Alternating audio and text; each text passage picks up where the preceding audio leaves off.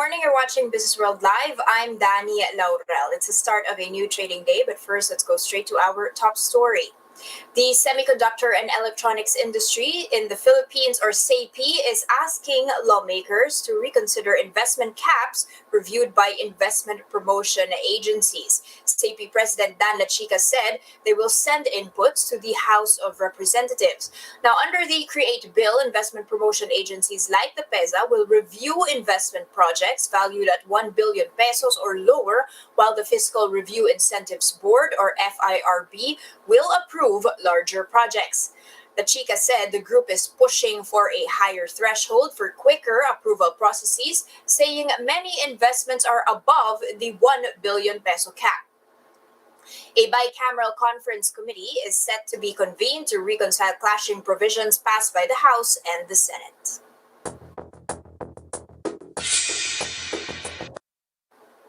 Okay, guys, let's take a quick peek at some manufacturers. That's, of course, on the back of SEIPI asking for reconsideration on those caps. You can see in my Bloomberg terminal here a couple of those heavyweights. You've got Tech, that's, of course, Surtech. You can actually see that opening in the green at 8 pesos and 43 centavos. That's up by 2 3/10%. That's after actually having seen quite a nice rise over the past 3 days. I'll just pull out the 3-day chart for you so you can see that nice rise in terms of this price action here. You can also see IMI standing unchanged, trading at 9 pesos at this open. That is, of course, 1 minute into the opening here. Now, let's take a quick peek and zoom out, first of all, into the global stocks and see how we are performing. Asian stocks are actually set for a muted start, and we're going to be actually opening that together. But U.S. stocks have fallen. You can see the pain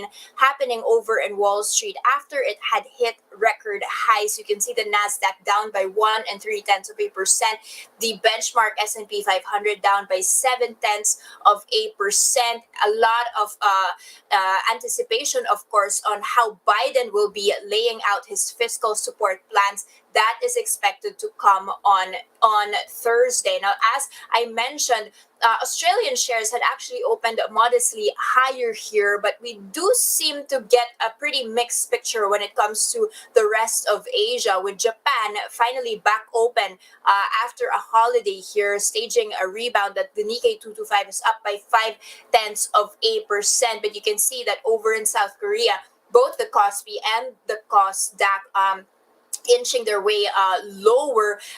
This, of course, as I mentioned, happening after Wall Street slumped overnight. But I did want to take a very short peek at Bitcoin, because this has been something that has been a point of contention, not just over in the United States, but all over the world. And the Bitcoin had actually steadied prices. That's after it slid by as much as 20% on Monday. I'm going to pull out just a 3-day chart for you so you can see that cliff of a dive of Bitcoin. You can see it actually moving here very, very rapidly right now, trading at around 34,700 levels right now. This is, of course, pegged to the dollar. Some investors have actually said that the digital currency's recent gains defy logic. And the most recent news, you've got the UK's financial watchdog issuing a statement that consumers in crypto should be prepared to lose all of their money. Nevertheless, right now it's actually staging some gains here, or at least recovering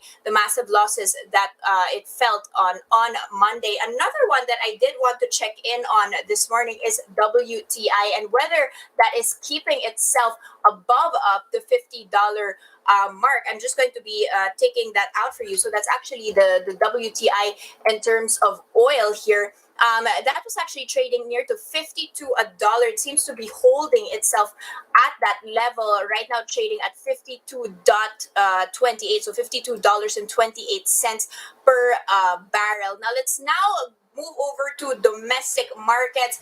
We did enjoy a breakthrough yesterday. We were at 7,300 levels, and that was actually the best level we were closing in on in the past 11 months. So since February 2020, which seems like ages ago, we even touched 7,432 intraday. That's on the back of very strong turnovers yesterday.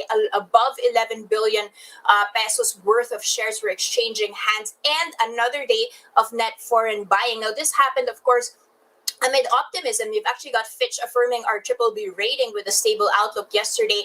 And let's see how it goes today. But it does appear that at the open, we are up by 0.3% already in just 4 minutes of trade. This might be our third straight day of the rally. If that does happen today, that will be the longest winning streak in over a month. Another thing that's causing optimism, according to analysts, is lawmakers affirming Joe Biden's election as U.S. president, though. But I do have to caveat that there are a lot of downside risks. It's also the first time we've seen in the Philippines the new COVID cases breaching the 2,000 mark. That is 2,052 cases on Monday. This is the most we've reported since at least December 18. And not to mention, this, of course, is causing strain. I'm going to be checking in on the airlines this morning as well, because this new COVID strain is actually causing some more pressure on an already ailing sector, and that is, of course, the airlines. And this, according to the Air Carriers Association of the Philippines, or ACAP, the local carriers are now going to have to depend on domestic travel, which is still very much restricted after there are now 28 countries covered by passenger restrictions because of this new COVID-19 strain or variant. So you've got the likes of a travel ban to Japan, Australia, or restrictions at least, Hong Kong, Singapore, Canada, the UK, and the United States. So right now, CAPA, which is the Center for Aviation, said that the seat capacity is at 21.8%, at least on the week of December 21. So still very, very low. You can see our carrier Cebu Pacific trading in the red this morning. Now, to talk more about market recovery as well as specific stocks, we have with us this morning Arielle Santos. She is the equity analyst at Regina Capital. Good morning, Arielle, and welcome to the broadcast. Hello, good morning. Arielle, let's kick off with that 7,300 rally, which seems to be firming up this morning. Was that a surprise? Because we had broken the Fitch reaffirmation of triple B yesterday, and a lot of analysts had actually expected that to happen. But it does seem that the markets were taken by surprise. Can you give us a bit more insights on the rally that we saw yesterday?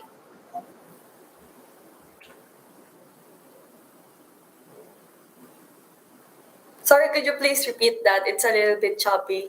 Okay, so we did see us staging a rally yesterday. Some analysts were saying that was due to the fact of a Fitch affirmation of our ratings.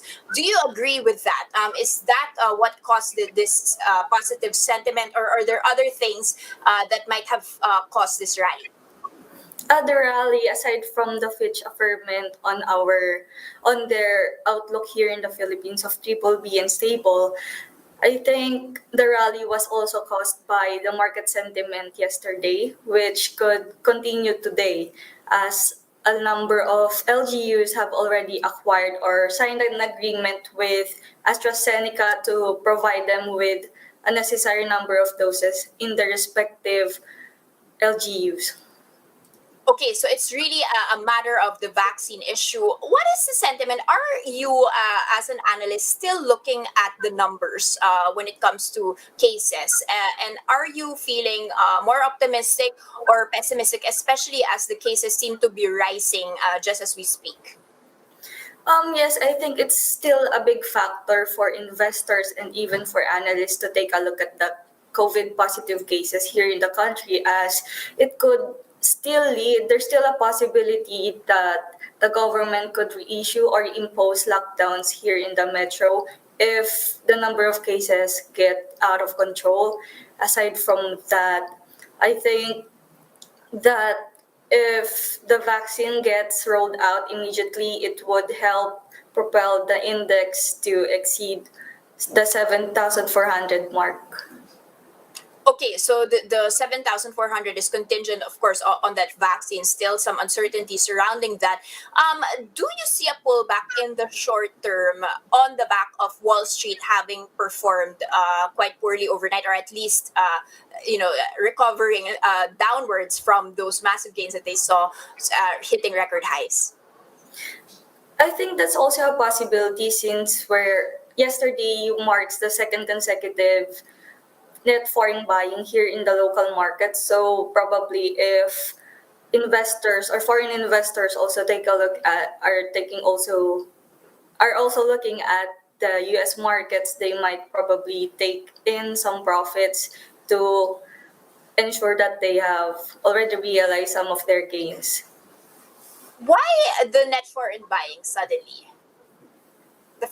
Just a couple of days after we've seen so much pain in terms of an exodus. For me, I think it could be attributed to the timely passage, or a lot of people are vouching for the passage of Create Bill, which could attract foreign investors here in the country, as well as ultimately it will create a ripple effect, stimulating domestic business activities. So I think that's why foreigners or OFWs are buying here. Okay, let's talk about the movers yesterday. I'm just gonna pull out the chart for you because I did meant to see it earlier on. FGen seems to be the worst performer this morning, but that is after having been one of the best performers, of course, yesterday. Now, there's a lot of talk going on in terms of FGen, and you can see the year to date it's up by 14% vis-a-vis AC Energy. Are these two comparable when it comes to valuations? I think they could be comparable, but ASIN is still a little bit new. So maybe I think the reason why FGen jumped yesterday was because of some ASIN holders are taking, no, it's like holders of ASIN are already taken in the that are already taking their profits in and transferring the proceeds to FGen. Are you bullish on renewable energy? Or is this just optimism during COVID? I don't know why that would be the case, but why is it that these two stocks have performed quite well during this period, at least relative to other stocks? I think maybe because renewable energy is much more sustainable as compared with coal power plants, and it's basically because of green financing. That's Okay, so you're still bullish. Are you bullish on that sector? yeah. Okay, let's talk about Jollibee, another big mover of yesterday. That, of course, after having announced an expansion in North America, but this comes after they had a tough year even before COVID hit in terms of restructuring with Smashburger and then the Coffee Bean acquisition. To what extent are you hopeful that Jollibee will get back on its feet and continue its expansion? Primarily because of its delivery service innovation. I think they're the ones who started the multi-delivery service here in the Philippine market. And on the other hand, their international expansion is doing pretty well, especially their UK branches, which, as far as I can remember, have sold out during the first week of their opening. So I think it could continue here in 2021. Okay, Jollibee almost breaking the 200 peso level. Any target price for Jollibee?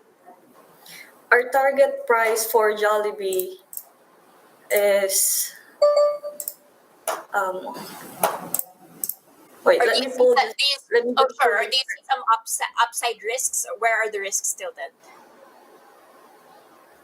Of course, the upside risk could be um forex fluctuation, since there's been a shift in the international markets, because historically domestic sales have been contributing more than 50% of the company's top line, but since the pandemic, the trend has been there's been a trend that its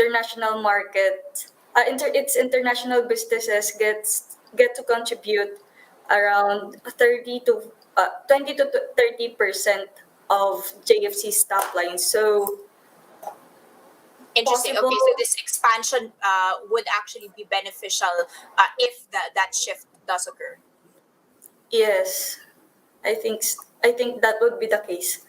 Okay, very interesting points there for Jollibee. Of course, trying to break above that 200 level and stay there. Thank you so much for those insights. That was Arielle Santos, Equities Analyst at Regina Capital. Thank you.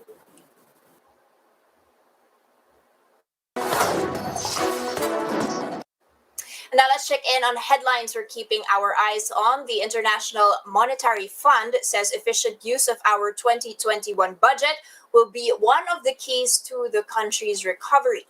The IMF expects the Philippine economy to bounce back with growth of 7.4% this year. That's towards the upper end of the government's 6.5 to 7.5% estimate. Now, aside from the efficient utilization of our 2021 budget, the IMF also identifies another recovery factor that's in the form of economic measures whose validity has been extended for next year. That includes the 2020 GAB and the second stimulus package, also known as Bayanihan 2. Malacanang has extended the validity of the 2020 budget until December 31 this year, while the effectivity of Bayanihan 2 has been extended until June 30th. IMF representative to the Philippines, Yongzeng Yang, adds that the government should strengthen its social protection programs moving forward. That's as temporary income support measures are phased out. Now, only 2 of the 3 shortlisted Chinese consultants for the Tagum-Davao-Digos segment of the Mindanao Railway project are compliant with the terms of reference. The Transportation Department refused to identify which Chinese company failed to meet the requirements since they have yet to formally inform all the parties. However, the agency said that the failing firm can still file a request for reconsideration. Recall that the 3 shortlisted Chinese groups that submitted bids are China Railways Design and the Guangzhou Wanan Consortium, the China Railway Yuan Group, and the CCCC Railway Consultants. And that's the first look into the business day. Today's Tuesday, January 12, 2020. I'm Danie Laurel. Catch Business World Live for the market close. That's at 3:15 p.m. today. We are One News.